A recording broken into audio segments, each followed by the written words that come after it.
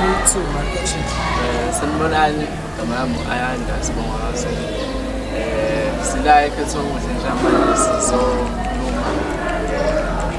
sizowenza into efana ne-motivational for iy'ngane zami grade 12 2024. Namhlanje sizokhuluma nazo simotivate kube right kube njeyana seKhethokuhle lapho anytime.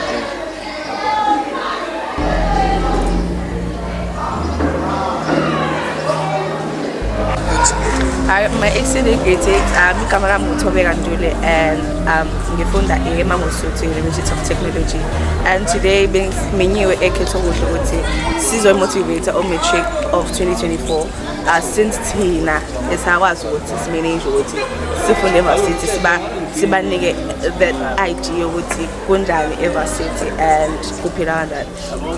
So mina ke at eMangosuthu I'm doing marketing. So yeah, that's it. Action. Hello everyone, my name is Siphe Sihlezwane. I'm here at Khethokuhle Secondary School all the way from a University of Zululand. Ngilana ke namhlanje ngizocebisa kabanzi abafundi about university ukuthi kufundwa kanjani, how is life in varsity and stuff, and also take ama questions that we are going to answer from abafundi laba ka-matric. Thank you. Okunye okubalulekile for i-purpose olusuku ukumotivate nokugqugquzela abafundi laba abasafunda ba-university njengoba ukhonoza kwabo abafunde nabo ukuthi babone ukuthi lolu hambo leli lase-university liyahambeka yabona. So we believe ukuthi sikwazile lokhu kubalekelela bagqugquzeleke babone ukuthi kuyenzeka.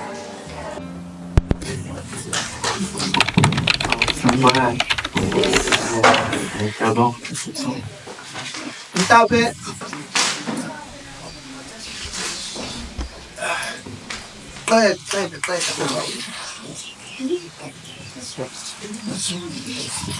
Okay, mhlawumbe Ayanda, before siqale, can you tell us mhlawumbe more about yourself ukuthi mhlawumbe Ayanda ubani?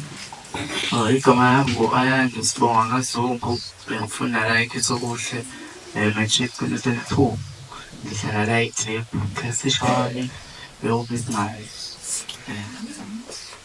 Okay, so in 2022, I remember ngafika la, I think we were somewhere lapha. Ngiyakhumbula into ekhumbula ngayo ukuthi wakhona umuzi swamsiza for ukudownloada. Niyawazi lama app la ukudownloada ukuthi uskene your certificate. Niyabona. Manje usunga usho second year manje. So can you believe ukuthi how time is flowing?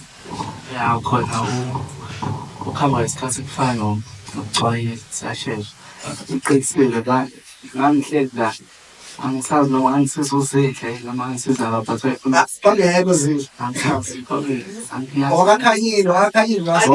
Ane khanyile angisiza la. Kushobeni. Nami desperate ukuthi ngifike eVarsity. Utholakala. But Okay, last year you were the only person from MT. Today siyabona siphathele team ecishisa ukugcwala kancane. Transitioning towards ukuthi usuwumuntu osiza abafundi yabona lo. So ngathini ngokushintsha manje role yakho from umuntu obedinga to ukuzama ukuthi umuntu manje ozama ukusiza abantu abadingayo.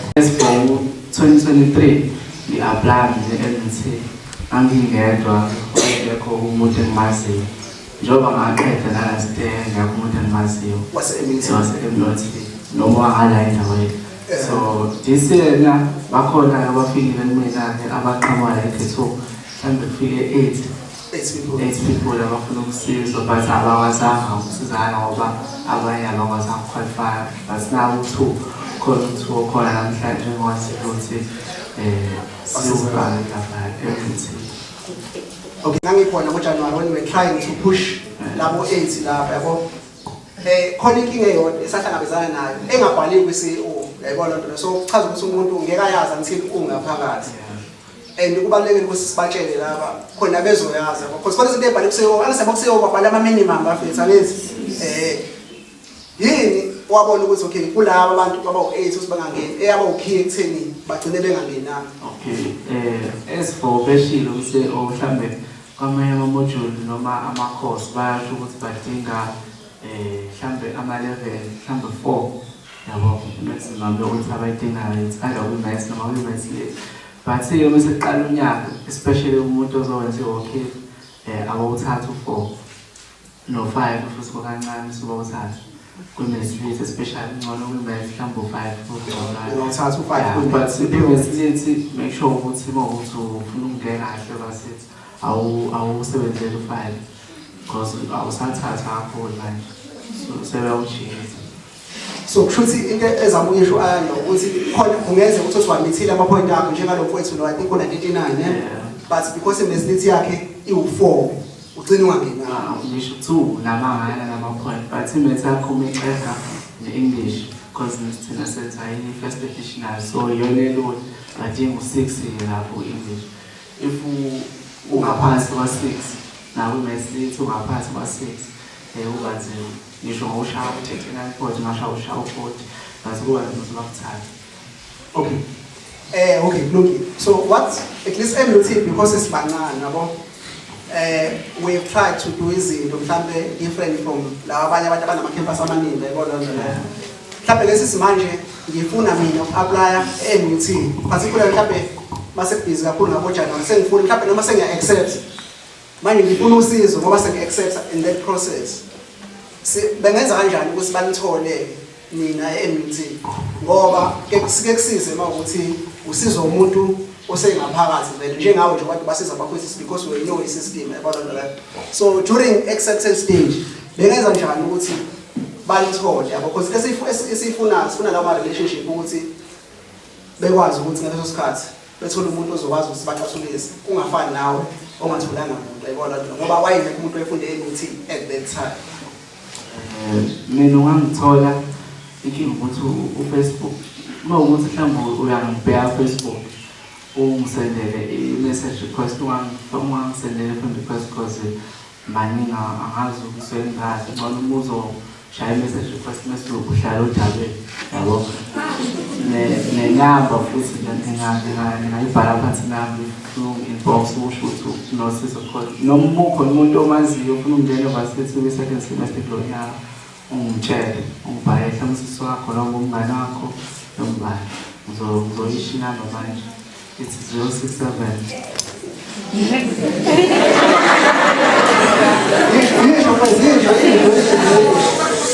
619 8273 067 619 8273 isebe ngo-Ayanda. Okay, ngizocela sisomisa uThobeka lapho Thobeka Ntuli ngezandla.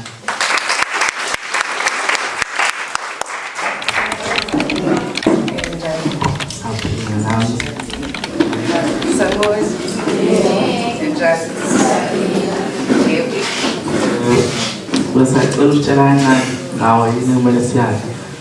Mina nguThobeka Ntuli, ngifunda la esikoleni from 2018 till 2022. Class teacher grade 12, Memngai, and I'm doing a diploma in marketing at Mangosuthu, and it's my first year. So, now umjalo usuze wabaphamu wabafundi but kungekudala nawe umfundi ukhona abaphamu wakho akukho mhlawumbe ukubuyayo ama-flashback. Ama-flashback abuyayo nje yilawo lokho kuganga nje uwakhona esikoleni nabo lokho yibona and into-ke I do remember kukhona ubuntu talk esiza us to apply by COO and apply mafethu and apply that's because once kwabe-let application mancane amathuba ukuthatha bakuthatha. And even kwama-walk-in, if you once applied for a duty mhlawumbe bangakuthatha mase ushintsha wenze let application to MUT, there's a high possibility ukuthi bangakuthatha because prioritize i-duty before one. So yeah. Okay, so let's uthathe igap year bene-gap year last year. Akukho mhlawumbe ongachazela noma experience ongayisho esibhozini izinto engenzeka during i-gap year mhlawumbe? Well, during the gap year yami, kahle nga-apply, ngangazithola isikole, then ngahlala ekhaya for like 3 months. Then kwathi ngo-April ngathola i-learnership. I was doing learnership PMI atmosphere for International Call Center for the whole 12 months.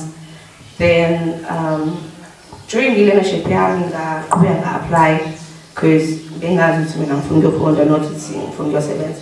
Because bengomunye umuntu bengeke ngiqhubeke ngifuna ukuyofunda bengizoqhubeka ngenze imali because senginaso isitifiketi sokuthi ngiyaqualify ukuthi ngibe kube noma yiphi i-contact center. Okay, sabonga.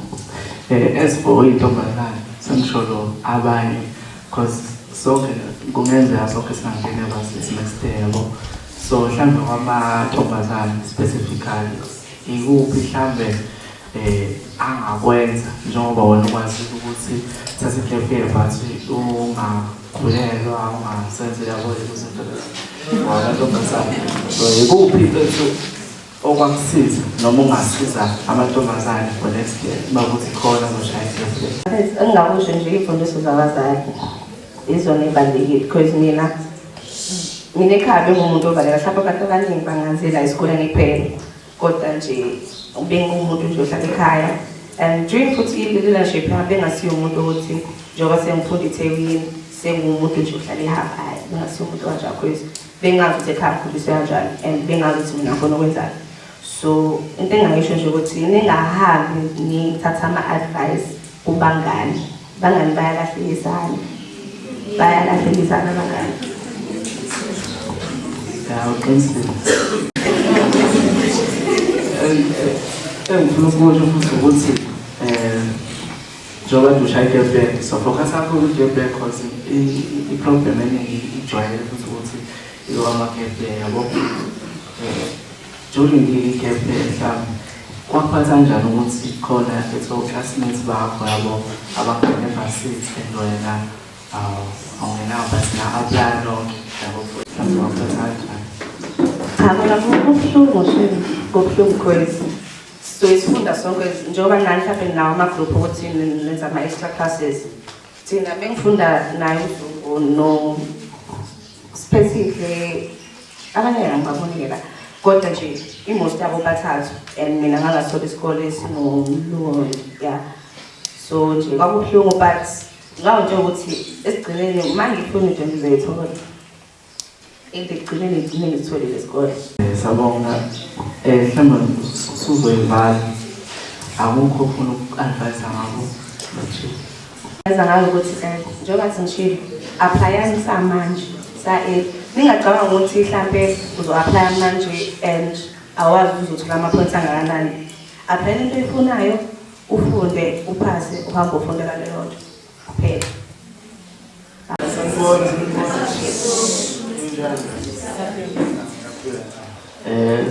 Socela ukuthi nomlondi simazi ngcono sikhuluma nobani? Ngikhuluma nomlondi Thabiso Amoneke Soweto bafethu. Ngathi no akekho ngathi Soweto. Ngifunda eMangosuthu nyakamukala. Ngasisha wami matric 2022 bekuMsingayi. Sabonga. Nawe ushaya igap year ayibhoranga noma mhlambe bawumnandi angazi futhi awukhazela? Fethu ayikwazi kwamnandi phela. Yabo khona ukuthi uyangazelela ukuthi iminyaka ozayo sengiyaqeda ngifuna ukufunda. Ayithi khona iphisa ukuthula ubunaka. So but ke mina ngibe fortunate yabo umzali wangifunela eRosebank College ngihamba ngenza IT for 6 months then ngaphinda ngabuya ngazo-apply yabo. Njengoba nje sibuthela ukuthi awubeka but sesibuza umuntu wesilisa ukuthi akukho mhlawumbe ingozi zonke lezo zinto lezo ezifuna ukuthatha igap year? Mina ngabe ngiqamba ngafethu ngoba ngifundile isikhathi esiningi bengenaso ngihleli Ngisema ngiqeda lo 6 months ngasebenza nabafundi benze icarpet yabo. So isikhathi sami ngihlala ngidile nginamhlaba. Okay, so njengoba ngishaya igebe yabo and lokade ngisho ukuthi akusithina sonke sizongena varsity next year yabo. So akukho personal advice abona noma ukuthi laba bazobe bethatha igebe bethu ukuthi noma advice bese bangawathathi as for umuntu oshaya igebe. Advice yami ithi abantu aba-apply ama-internship ama-learnership yabo bangahlali but if ulangazelele ngempela ukuthi ufuna ukuyofunda because into eyenzekayo if uthatha i-gap year i-knowledge ayihlali ekhanda ngale ndlela yabo because sekunonyaka wokugcina ufunda yabo. So kuhle ukuthi ngathi ngenza into ezokufundisa yabo kube ne-knowledge yayo. Okay, sesiva as soon as experience engakho yabo it's been mhlambe unyaka no uqedile isikole yabo. I think yonke lo experience lokho konke lokho mabe sekuthukuya ku-2022 ku-matric kukhona yini ongakwenza kuwumehluko noma ongakwenza yabo? Hey guys, kukodwa futhi yabo manje sengibuyela kanguji yabo isikhathi sami sokufunda ayingasebenzisa kangcono yabo because now abo indlela engibuke ngayo amakusama bemahle guys kodwa nje ngifunde ube inhlanhla mhlawumbe ukuthi umuntu understand kodwa ngingafuni manje sengisithola futhi lesa sikhathi lesa ngingafaka isikhathi sami emsebenzini wami wesikole. Hayi sabonga Mlondi. But when first year in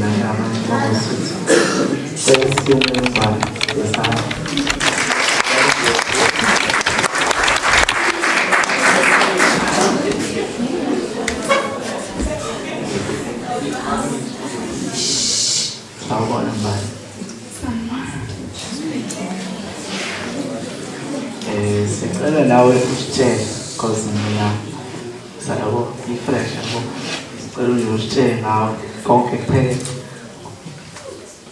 Igama lami ngoMbalende Wathelezi ngisuke training bengenza ngo-2023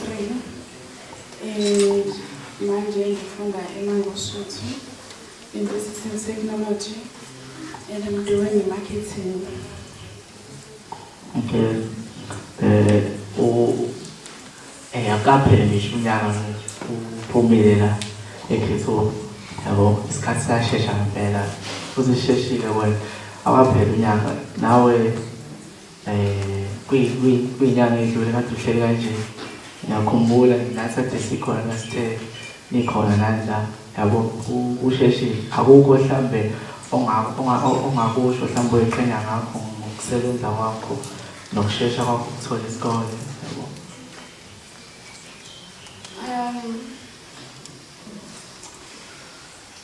Ngibonga ukuthi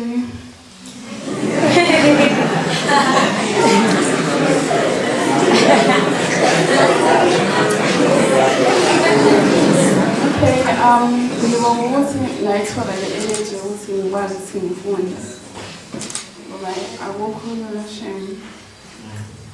Last year besika bakhona abanye sasifike nabo last year ngathi nabo benza second year manje khona no-third year and wena ukhona na kule conference esenzayo akekho mhlawumbe wa-inspiration noma wagqugquzela ukuthi ugcine ufuna uku-apply yabo? Ya ukhona igama lakhe uSiphesihlezwane. USiphe like indlela ayichaza ngayo ukuthi how is life in the city elesi nanokuthi wazowashiya yakho usikele imagine ukuthi nginemngane ngiyi-first year university right now. That inspired me. Okay, as we refresh how we first year lapha eMangosuthu and ubona ngathi akekho umuntu oqhamuka la ekhetho mhlawumbe abaqhamuka abangani bakho yabo kulula yini lapha kuwena ukuthi wenza abangani lapha eMangosuthu? Not really. Kodwa ngina umngani oyedwa. Okay, so njengoba nje ungazi muntu eMangosuthu mhlawumbe uwazi mina kuphela ezwa ngo-WhatsApp, nakhumbula ngo-WhatsApp ufuna inamba yakho siphele, nakhumbula ngo-WhatsApp ufuna ama-direction I think yabo esesikoleni. Mhlawumbe kukanjani lokho? Kuyajwayeleka mfethu esike usuwedwa because vele uzofuna lezo zinto bese thina siyakudedela uqhubeke nempilo yakhe ukwazi ukujwayela nawe. Kuyenzeka kuyajwayeleka. Yeah, ngiyajwayeleka.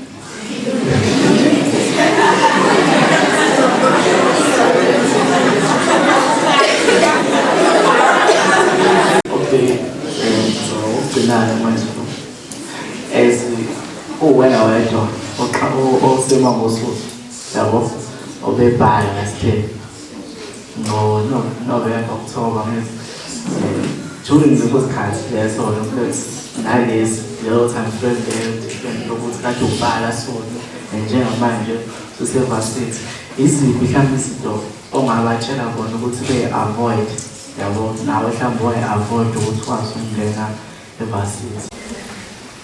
Guys, angibadali lento le ekutshela ukuthi ukuyizimba lento le ekutshela ukuthi funda. Ungayizibi leyo nto. Ngokuthi uprocrastinate vele. Ungasafunda ngalo.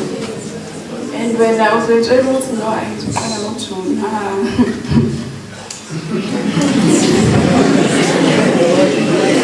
So realize uthola ama-results ngoJanuwari ukuthi I should have done better. Nanganginazi. Okay, siyabonga. Akukho mhlawumbe ufuna ukukosho othisha bakho balasteke konke lokho?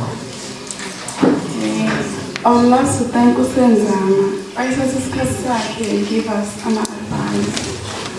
It's just ibaleka ngokufunda. Nayo bonke othisha bami. Okay, hayi. Siyabonga. Sicela imshayeli sana. Ngazanzi ngawe. Ngibona igama lami nguSpesi Mavumbolo, ngihlala Matende Era 2. Ngifunda la last day. Uklasisha mbe umjala. Funda 12E. Ngenza first year duty, ngenza diploma in ICT business analysis. So uSpesihle ethola i-invite kuTuthuko about the alumni wathi engajabulela ukufika since le program imsize kakhulu last day, so uzositshela ukuthi imsize endlelani last day. The program imsize angisho abanye bendaba badeniwe abafuna ukubhala nesho ngiyathiwa isiqeqesha lesi abo bajabula bebeza ukuthi kuzopheka ukudla yabo kodwa nami ngangitshela lokho ukuthi ayisoba ngesicelo la kanjani ngikhumbula sangihlezi lapha emuva yabo ngalalela ugrade level wami awungalento ukuthi ne-reproductive level na-apply ngalo khona level 2 abo level 3 sangibala ama-point kuyashuthayo angiyevasithi mina please yabo ngifunele omunye umama asekhaya ufaka namasipala yabo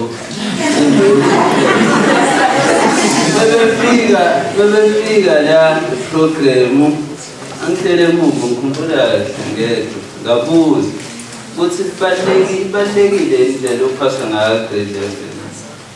Wangiphendula uNtuthuko washo ukuthi i-report lakho level bese ngisho kuthiwa kuno-level 1 level 2 alibalulekile leyo ndlela uyarenkwa kuphela kubaluleke ukuthi nje bakurenke okokuqala bakurenke la term 2-na-ke ila kumele uyikhombise khona ukuthi kwenzakalayo. yona le program iyasiza abafethu ngoba lo mambisi enzela amasipala kodwa ukube akaze afike kuthiwa serious nangi-apply wawushintsha mpela umqondo wami uma ngenza ngakholo ukuthi sakhona ithuba. Usanda qeda half semester DUT. Ekhaya bazizwa kanjani ngawe, ka-proud, suthutha kanjani kini nasemphakathini?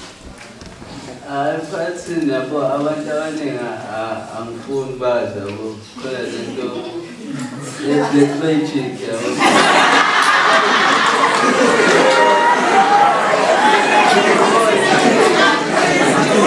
Kodwa ekhaya akusafani yabo, akusafani ekhaya indlela abangiphetha ngayo yabo. Yabo nje kuyaqala ukuthi umuntu aqale abone ukuthi kunjani kuba independent and futhi ekhaya ngowesibili emphasis. Ngiyosho indlela abangiphetha ngayo. Okay guys, ngitshele something engingayazi. Siphesihle abihlaniphile ka-grade 10, ngangenza grade 10A. Sasambe naye kwama-Olympiad noMemdanisa Chino kwama-Olympiad e-Maths and Science.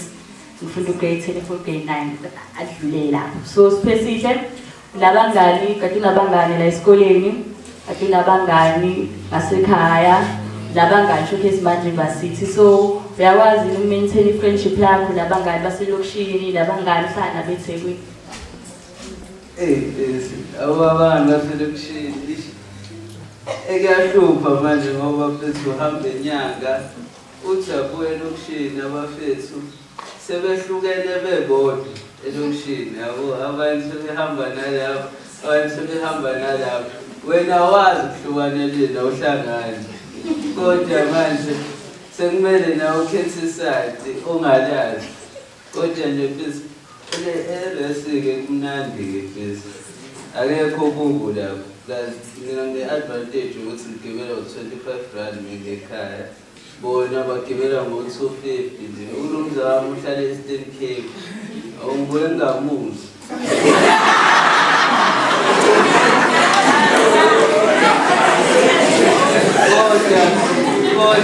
Kodwa nje ngabona ukuthi ukuze ngibe ne-place la kumele ngizame ukufunda isiXhosa yabo, ngasifunda. Asikho lula nje ukuyitshela usizwa ku-TV eyibongo. Ummese akubona ummesa ibhozo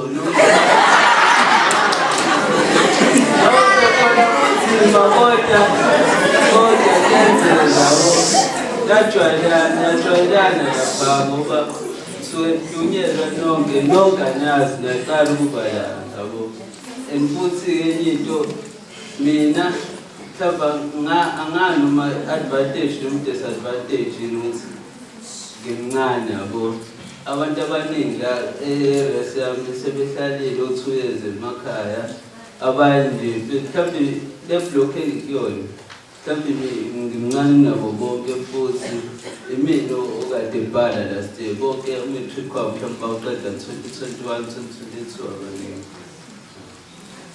Okay, njengoba ufunda e-DUT kunabantu owawufunda nabo ababefunda la esikoleni abafunda e-DUT, ukusize kanjani lokho uma udinga umuntu ozokusiza? Mina ngumuntu othanda yabo lezi zinto yabo. Kade abo mina angengikamba manga njengoba ngibona nani mina kuphela ufana la e-DUT, kodwa bakhona engibabonayo, sengibabona sengiphakathi nje ngoba nawe uthanda esho usathana ekhempasini le-Steve yabo. Nalento yokuthi njengoba amakhempasi ewu-3 asondelene la, abaningi bagcwele e-Steve, mina ngise-Ritsini nase-ML. Abantu abaningi ngingababoni yabo, kodwa mina ngasizwa ama-fighter lawa e-FF, basiza lawa bantu basiza. Kodwa la esikoleni angike ngikhulume kabi, kodwa nje ayakekho mhlawumbe ngifika wangisiza noma kanjani engangimazi engangifica phambili ayibonela nje impilo. Okay, yini yajabulisa ngokuthi ufunde DUT? Oqala mekugoduka ngibelo 25 rand. Lokho yakhona ngiyajabulisa kodwa nje mfethu eDUT ngathi angazi noma intebe nomtemi lapha kulula ungena akufani namanye amavasithi mase ngibona kahle bese ngibuka kahle ngoba bakhona abangena ngama-walk-ins kodwa kwancane nako KZN baserious KZN bafuna amaphoyinti amaningi kodwa nje futhi kuyenzeka bafethu and futhi lapha ubona nama-celeb lapha ngiyabona funda khona hayi la ma-celeb aserious la ku-TikTok.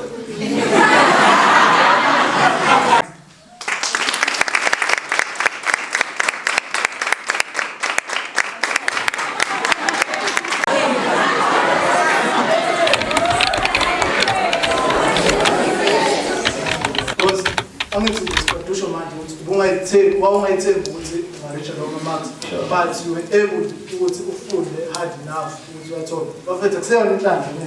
Ngathi abakanenhlanhla yikho kanjalo. So usichazele ukuthi what was your motivation? Okay, imotivation yami qala kwakubaba. Ngikhumbula sithola ama-marks emethi ngo-term 1 ngangithole level 6 yangangithole 6 bese wathi umedem udanisa wathi ngabe ngithole level 7 then ngaqala ngayibuza ukuthi kanjani manje khona level 6 bengadosa ngithola so ungibona ngathi ngathola level 7 shuthi yabonke ngawuthola bethembela mina kakhulu ngingayithembi mina ngabona ukuthi okay njengoba bethembele mina kanjena angiyini nje ngipushe ngibona singayithola lento le abangibonela ukuthi ngayithola. Okay. Why did you not apply? And ucishe wangasithola esikole with lo 40.12 yini yawenza ukuthi ungapply? Njengoba ngisho nje ekhanda lami kufetha ngabe kwenzakalani ngangayibona ukuthi ngathathwa ku-university ngangabona ukuthi nje ngangayithembi ngempela ngoba sekuthiwa umuntu ongayithembi osho ngisho ngizothiwa phasile sithole lezo zinto esiy'tholayo nazo nje angazi kwakwenzakalani nokuthi ngi-aplaye ngiye esikoleni ngiyohambisa bazongithatha so guys, ngiyabona ukuthi possible right. So enga-applyini kwakho wagcina u-apply last minute. Cela take us through the whole process there ukuthi yayini njani. Like imaphi ama-challenges wabhekana nawo. Yeah. Okay, ukuqala ukuvula amamehlo ngavuleka amehlo September nakhona sekuvaliwe kwabo October. Ngiyakhumbula ngikhuluma nabedemdanisi ukuthi angaplayile then wazibaba aqalayo manje ngabona ukuthi ayivule ngisole isikole kodwa kwakungekho lokho ekhaya langifuna ukuphasayo ngoJanuwari sithola ama-results ngiphasile-ke ngajabula isikole ngisitholile and akukhanyi nje ayikho into ekhanyayo okay ngibhasile kona nje kusakhona nje so ya wangisiza-ke uMthuthuko seza mhlaka 20 kusasa sizo-apply directly e-KZN ngingasayisebenzisi i-CAO. Umenshine ukuthi umemdanisa yena omunye wabantu abaphusha ukuthi u-apply. Wathola kanjani umdanisa? Utshela wena wayithola okay, uMedem wangibuza yabo base ngamtshela ongiphusha ukuthi ngi-apply. Okay, kulokhu osukwazi Because labantu laba bavele bafaka amakhozi abawathandayo. Yabo uma uhleli u-apply angakhonto ekhala ngekhanda ngathi awazi ngathi ungakhetha because mhlawumbe bakhona-ke abanye kade anginjalo nangazazi mhlawumbe ngikhetha because and lo muntu ozoku-aplayela uzovela uyakuxhonyeka ezinto athi medicine.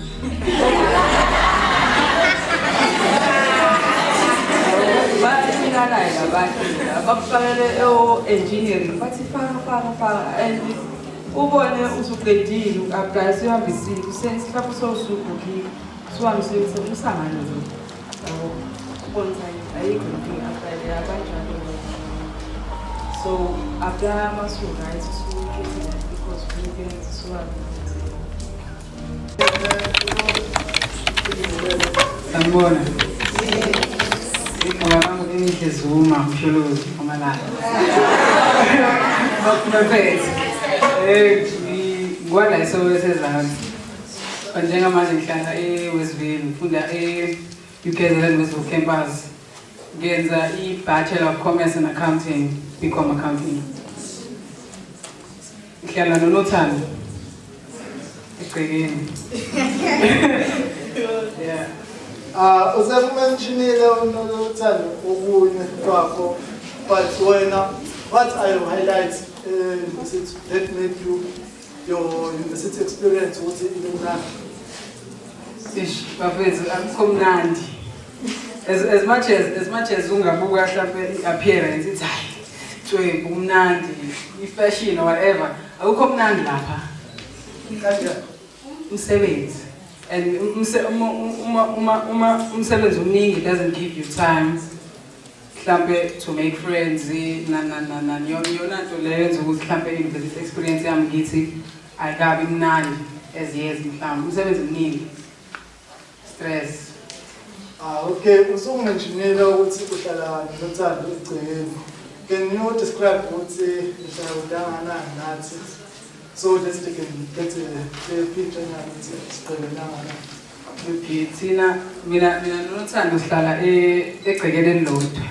Just that uhlala endlini enkulu mahlala ngaphandle. And then omsa possibly 30 seconds away. Mangiphelelwa amanzi, mangingekho amanzi endlini ngiyafona ngicela kuzokha amanzi ngihambe ngokha amanzi ngibone. Useduze kakhulu bawumakhelwane. Okay.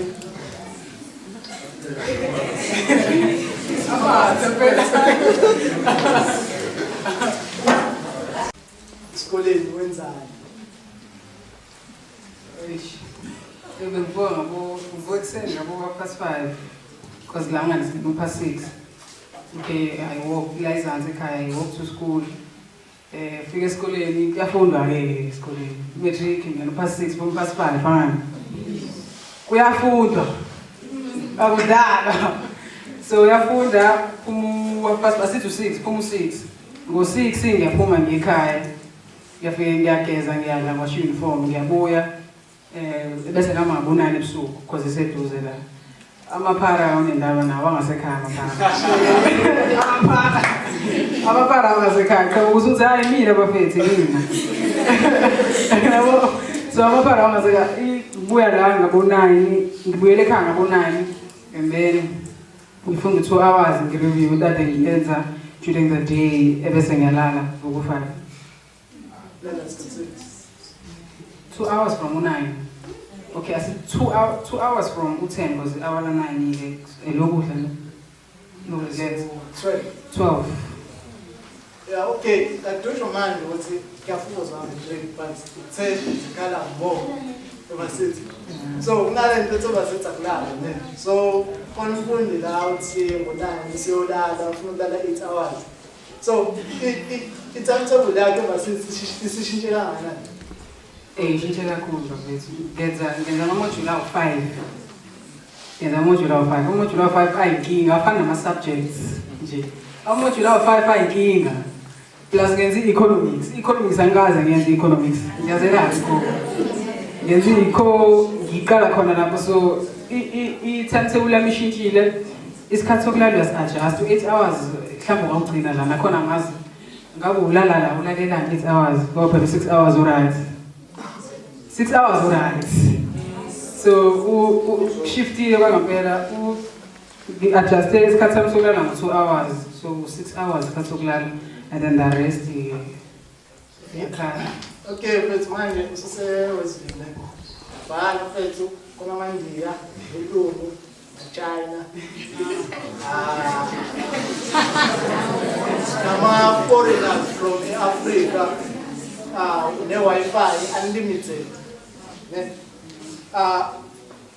Uke wazi imagine ukulesi space okusona manje ufana nothanda nawe ungazicabanga ukuthi place. Angiyibona mfethu. Angiyibona. Abo ngale kathi sifikile la step ehleli, bafikile la step ehleli la. We-interview ayikho makhambi ngangifuna from start. We-interview bekhuluma ngathi I am going there. I am nje by all means ngiyeza bafethu. Okay, being well,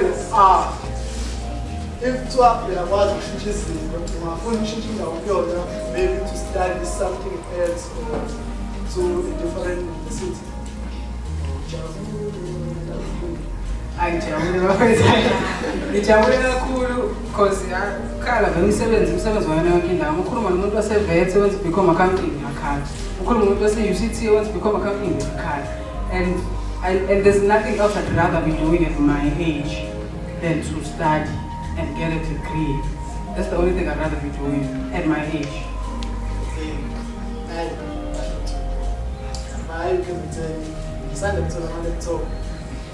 So, this one from phone to laptop. How's the experience? Akumnandi because WhatsApp awusekho la phela WhatsApp usuku laptop ishaka even ngirekhodela laptop ama video call ngiyenza ku laptop uningi unandi experience.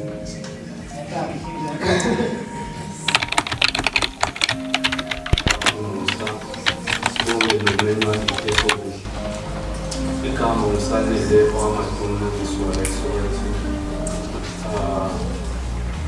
Ngifunda khona ekhetho ukufunda it was 2022.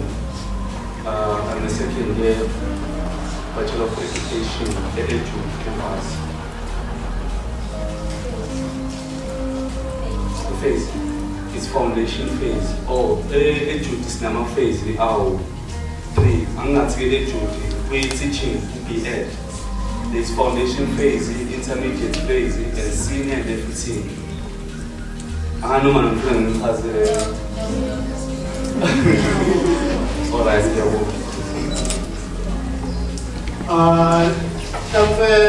abanye abanalo ulwazi but kusanele ukufikile nesiyeni ezokhuluma nge-matric class of 2023 of which ekugcineni ugcine usuthola 100% pass. Sanele as umuntu esingasho ukuthi ucontributile to the success or the level ye-facility esiyitholile ukuthi ukwenziwa zizokunjani.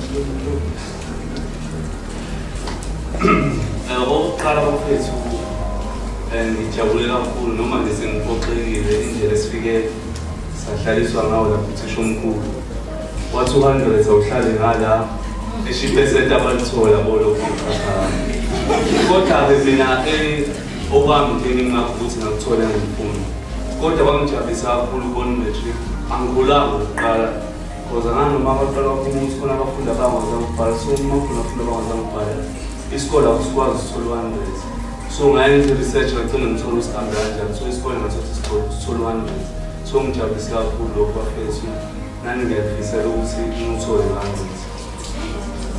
kwakunzima kakhulu. Okay, okokuqala anganoma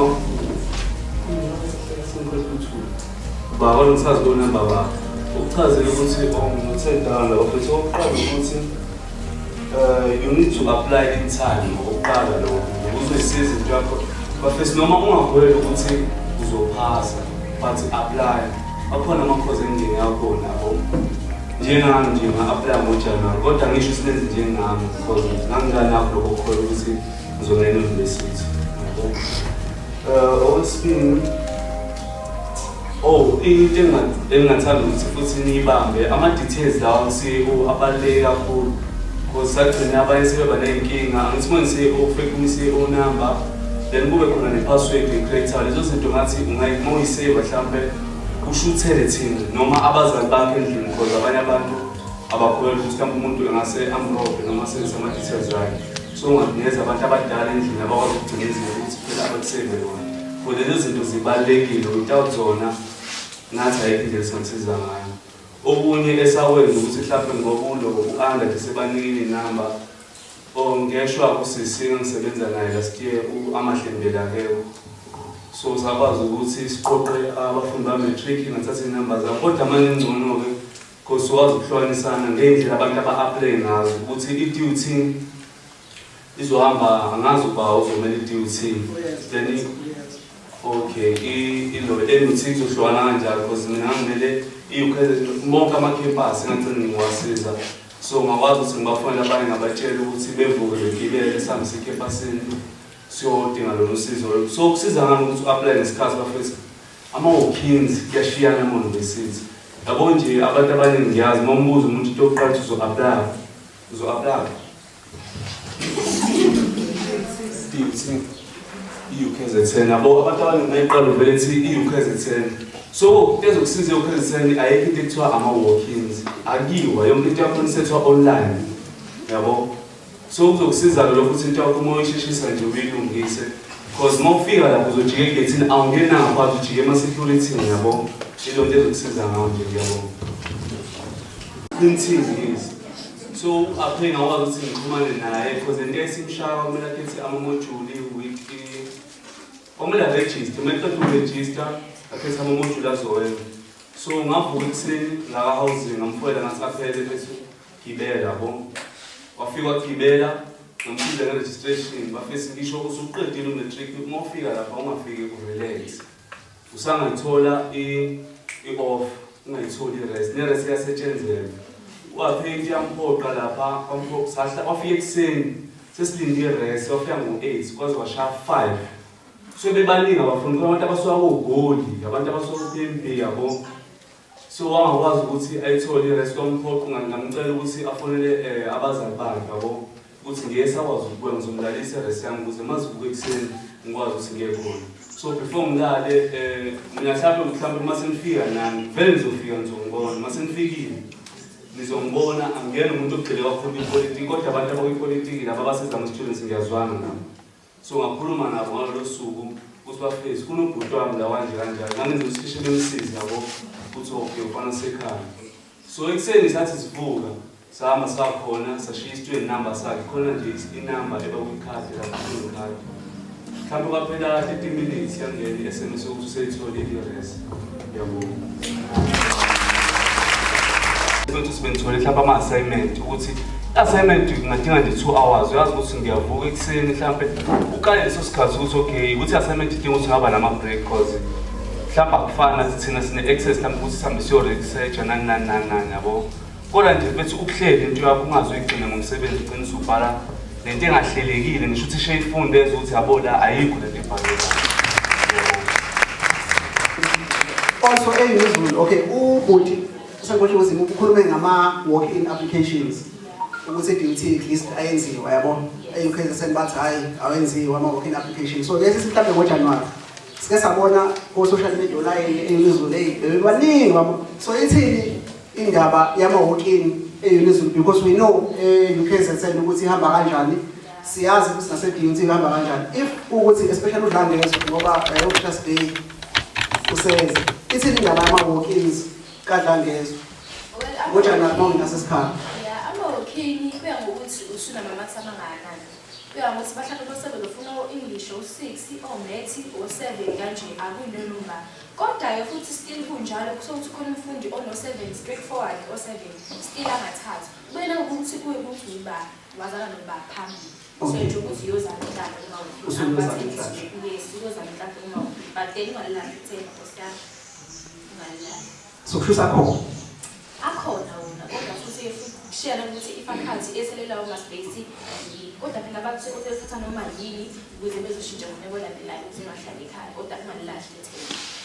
Okay, I think this year obvious as ikhetho ukuthi usually kuyilizulu besingajwayele uku-apply khona abantu abaningi bengekho nje umuntu ngo-2020 when I was doing this thing khona owathi nje because ngisibabuze phela now grade 11 last year ngibona ukhona othi nje uyilizulu so ngathi you started seeing a lot of amakhetho okuhle there and was post I think about this.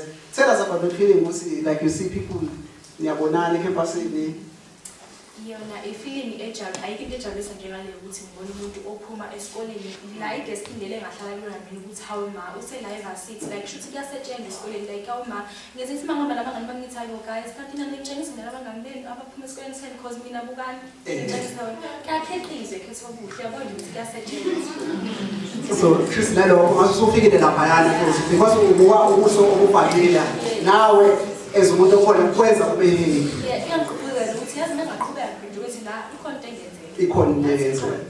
Okay, I think from me ilokho mhlambe ke manje so sithatha usibheke uyena uteam lead wase Unizulu bafethu neso UKZN eJude umuntu ekumele nemthola ke ngiziseba usanela ngizibafethu uyena usanela manje sizelana ukuzomotivator ezingafikile last year bengazi ukuthi ngamotivate abaningi njengoba kade bechaza ukuthi hayi isipheli nje yabo sabona ukuthi ayiqhamile ngathi siyivasithi bathi yabo ngithanda ukukhulu.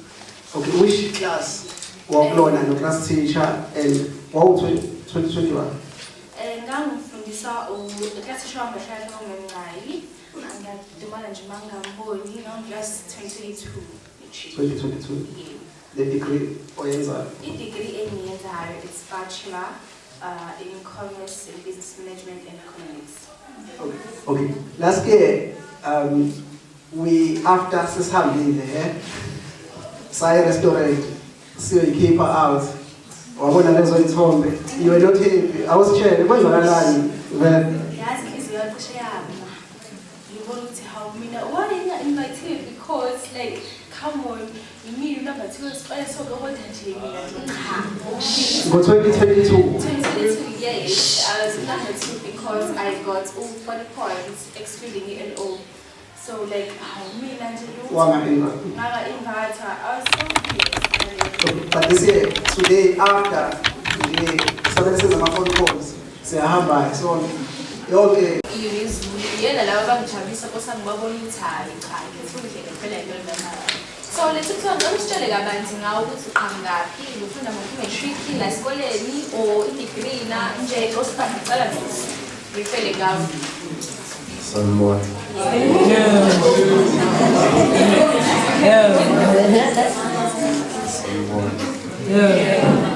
Kama yami kuzokuthula isibongo wazi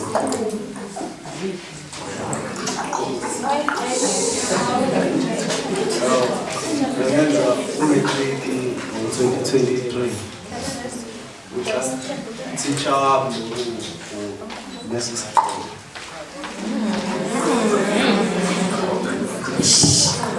bathi ekabuhlungu ngoba mbuli nasi sikole ngithanda kakhulu class teacher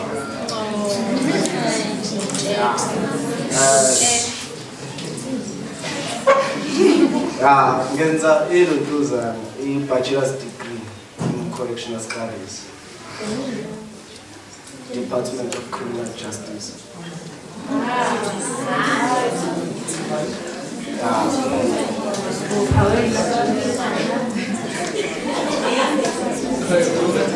Mina mfethu angazi ukuthi ngihlala kahle ngihlale e-White City ngase ngamuvela ema-attendance and so bese ngiseduze nesikole se-matric. Okay, I see ukuthi ube ne-message oshiyeleyo lokuthi i-program yalonyondlule yakusiza kakhulu ekuthenini uze ufike lesi stage yokusona njengamanje. Cela usichazela kabanzi ngalokuthi yakusiza kanjani. I-program yalasi day yangisiza kakhulu. Yangisiza. Wena kusaqala nami bengibabeke idlanzane behlala emuva lapha. Bethi ayingeke yabo. Sibuye sigolozela ongena silandwe phezulu yonke leyo. Kodwa ngasizakala kwi-program eyenzeka mhlampe yenzeka sekuzoba September ngoba lokuvala uku-apply ema-university ngasokuvala mhla 30 September mengaphosisi yabo. So mina apply kwami apply mhla 29 September. Ngapha mhla 29 September kuthiwa kuyavala ngakusasa yabo. So mengaplana khona sengifonele ubaba mfethu siyabona ama-reports uyaphasa yabo. Uzofundaphi ngiphasanga yabo. Eyi asenga-applya-ke wayifaka nemali esiku nga-applya and then ama-varsity engangi-applye kona kahlahla amakhozi amaningi awase-UKZN ngoba khona ne-LFB phakathi. And then kwaba ama-late application wonke ama-university kwaba yiyo nezulu ne-DUT yangithatha i-DUT yangithatha kwi-management sciences. Nakhona sengibaphendula ngabaphendula late base bayithatha bayo-withdraw offer yabo and then iyo nezulu ngase ngama ngayo nezulu ngase ngaya khona sengiyo-register. So njengoba uqedele i-first term yakho yaseyizulu ekhaya bakuphethe kanjani sithukile like nje baphatha njengebhoza uma evasithi lokho kwenzakalani isichazele Nomakelwane ngiyabona nabangani nomakelwane ngathi uyasebenza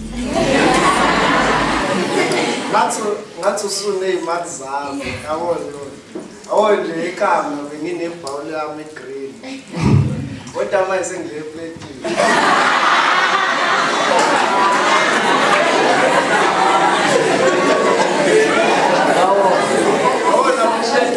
Namapleti lawa umcimbi lawa nothisha mkhulu nawo lapha e-office namapleti lawa wakhipha amalungu kanje wakhishwa amalodo bona kuthiwa hayi leli uma ufikile uzodla ilifini. So last year obviously you had friends ababese high school ngihlala abanye from grade 8 until matric. So like ni-maintain kanjani i-relationship yenu because manje wena usukhuluma ngama-lecture says uyabona nje nizwana kanjani? Cha uthi mina angena lo muntu wafethu nomngane oyedwa umngane wami because angikhulelanga eThekwini eThekwini afika selokhu grade 6 umngane wami uyedwa nakhona ngamshiya le show eThekwini anginami umngane abantu engifana nabo yabo lasikole ngaze ngibe nomngane lasikole umuntu uma efike kumina ekuseni saxoxa naye sokuthi usuku lonke nomunye ngakusasa bengamukela wonke umuntu yabo ukuthi mhlambe lo umngane wami ngihlala naye unyaka wonke siya-credit sonke umngane wami hhayi umngane wami mina ulisho umngane wami serious umngane wami angekho nabantu esila siyazwana nabo futhi angiboni ukhombe sasaxabana naye angekho awuwakazi ukuthi ngani wakudla ngoba bengihlala wonke umuntu intombazane ufana u-grade 8 u-grade 9 u-grade 10 wonke umuntu so abangani ngingasho ukuthi abantu abanye abakhona kulabo bengizwana nabo la esikoleni nabo oluthando ukhethwa untando umthethwa sinabo futhi ezingizulu sihlala futhi endaweni eyodwa sidla futhi sonke. So if you could go back last year to a party with the knowledge that you have right now, you know ngayibhala. Awume ngatsakenza zonke imfundo zami kusuka kuya la siyakwazi ukuhlanganisa imfundo zonke ngayifunda zonke.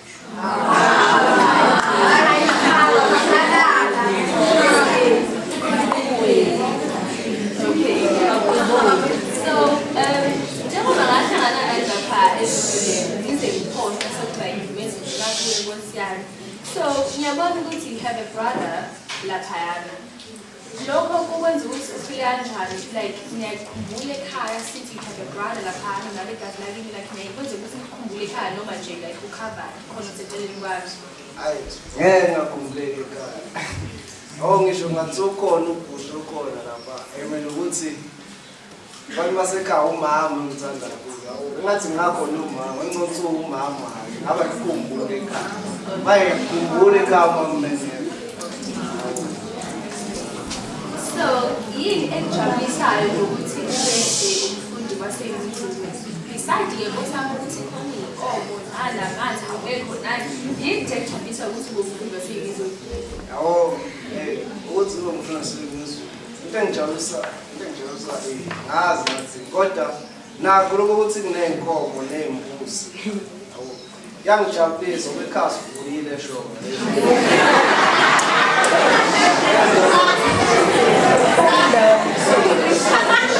So, ngiyangijabulisa ngoba ngisho uyakwazi ukuthi akubona iy'nkomo ye-library hlangane ney'nkomo.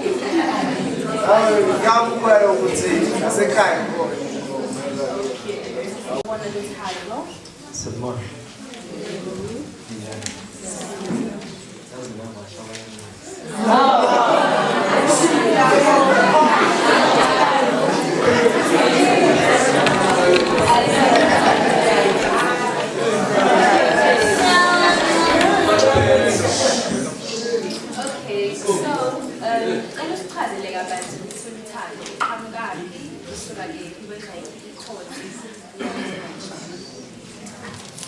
Mina ngisuka emaplazini bafethu, igama uLuthando Sibongo wakwaXhosa.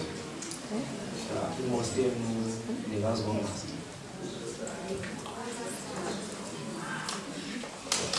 So mina ngenza i-course ye-B-Admin in Public Administration and Business Management. Le course imayelana ne-system kakhulu, based on internet, based on technology, and futhi izikole izinto ze-business.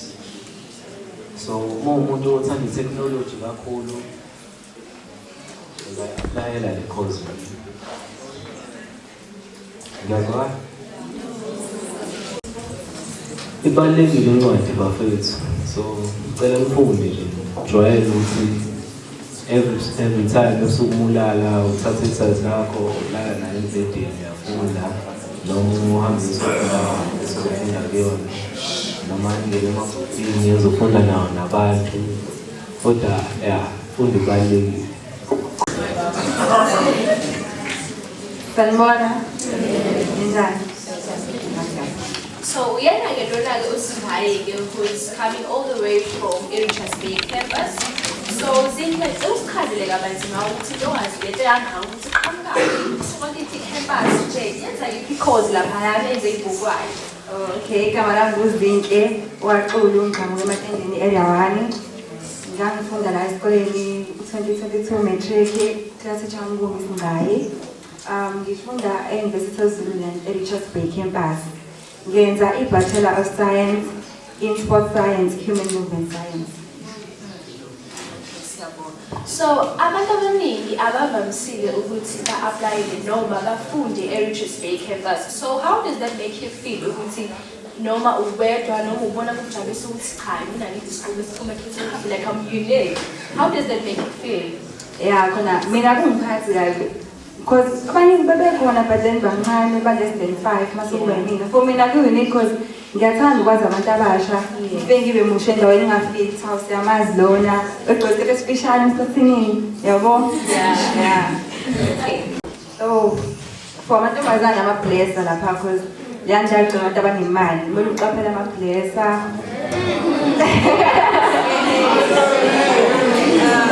Ama-blesser ne-group because ama-blesser ne-group because lapha kuhlezi kuhost ama-event ekufika okodmesi no-taxing and bayayithanda iy'ngane njengathi yabo into emayini iqaphele utshwala in fact. Yeah, uqinisile kakhulu because indawo abahlala kuyona it's like it's fair and so next year I see that you're going to be doing your third year laphayana. Like, can you believe ukuthi isikhathi sesiflayanga nathi nafasikesana khona la emadistingo 2025 guys sasakhula. Like, can you believe it? Yeah, shame isikhathi sesihambile and ngiyajabula nami because at my tender age kuyakhombisa ukuthi uNkulunkulu besanami nami besaqinisile kimi. Yes. Okay, so if you could go back and then be fresh and as a journey to fresh firstly. So what is it that you could change? Nje mangabuthi uyabuyela ube fresh. Abengakwenza ngilohlukile ngisayi fresh abengaphutsha in because ngangakhommese manje sengenza ama studies aka science. Ilokho because kuyangisokutisa mangibhala. Okunye nganga focus less kuma politics ngisa ANC. Okay, so it's as per by Sansoni Sigwa lapha. Okay, so any journey.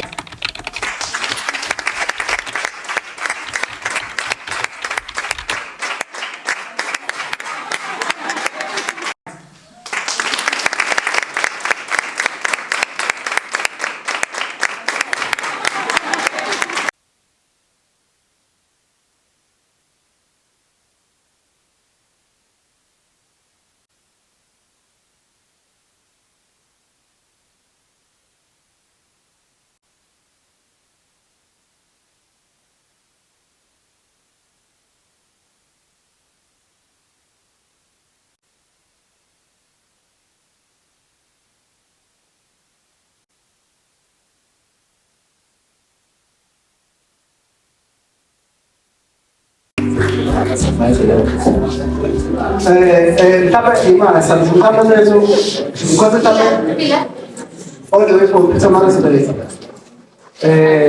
Siyabukela ngababingelela lezo. Sanibonani. Ngiyafika. Ngiyafika. Okay, mhlawumbe asiqale ngokuthi usitshele ukuthi ubani usithandiso so lesi mhlawumbe sothola more understanding.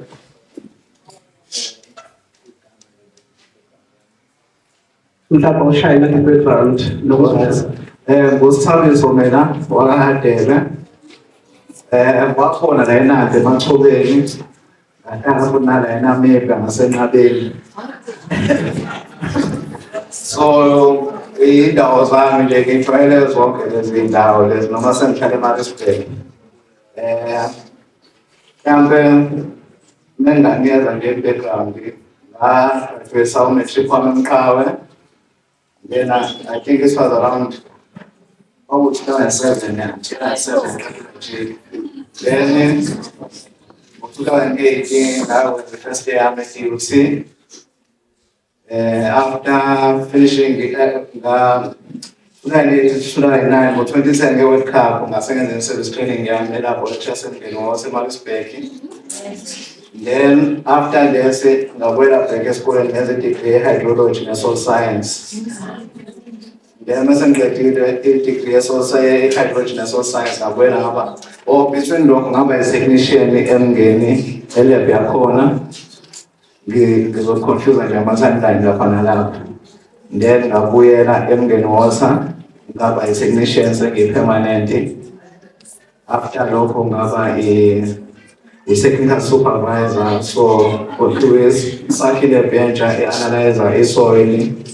So, as I was technical supervisor, I'm technical supervisor for the lab, and I'm also doing my master's in visual science education.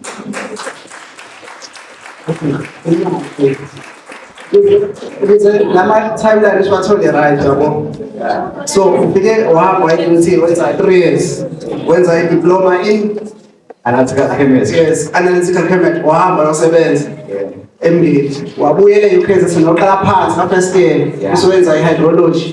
Wenza how many years in UKZN manje? 4 years. Shuso usebenze 4, shuso siyabantu 7 no years. Then wahamba ke wasebenza manje emngeni permanent and then manje usu promotion ususupervisor manje. Yeah.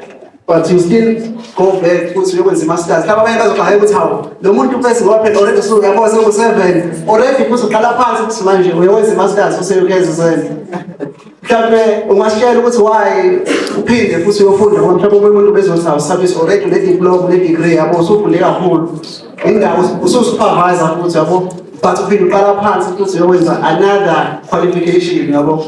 Alright, impendulo yami lokho ingaba sekuthenini being a technical supervisor, I'm just running the lab, having technicians which are reporting to me. But there are higher levels reporting above lokho, which is being a scientist, because for now I can be a scientist by practice, but I'm still more being a scientist being better than me. So that's why I'm doing my MSc.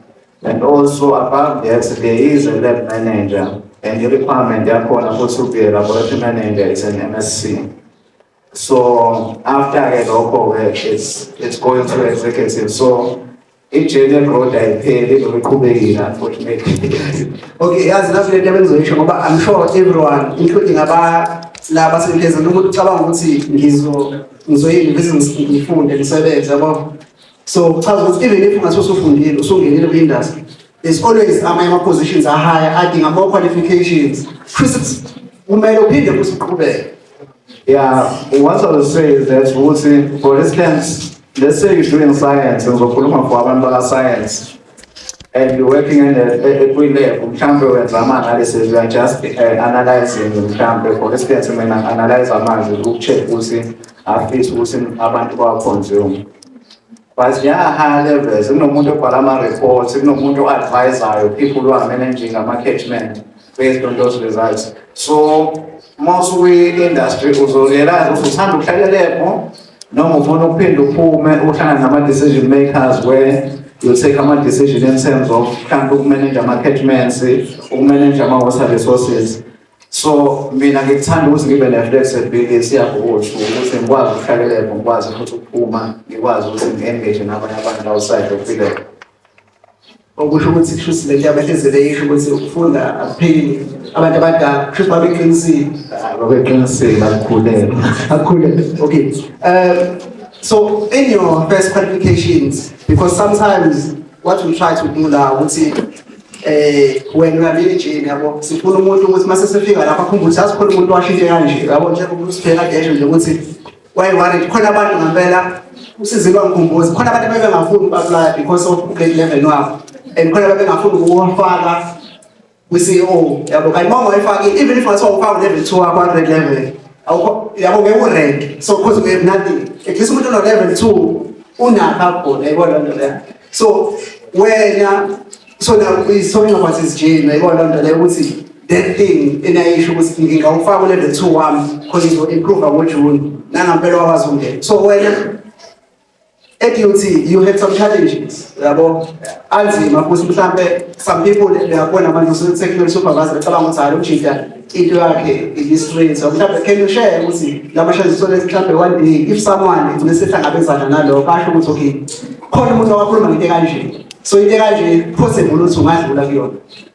Just to give you highlights, guys, ngekathi ngihlale eMaqoka in grade 11, I was doing my grade 11, then my father passed away.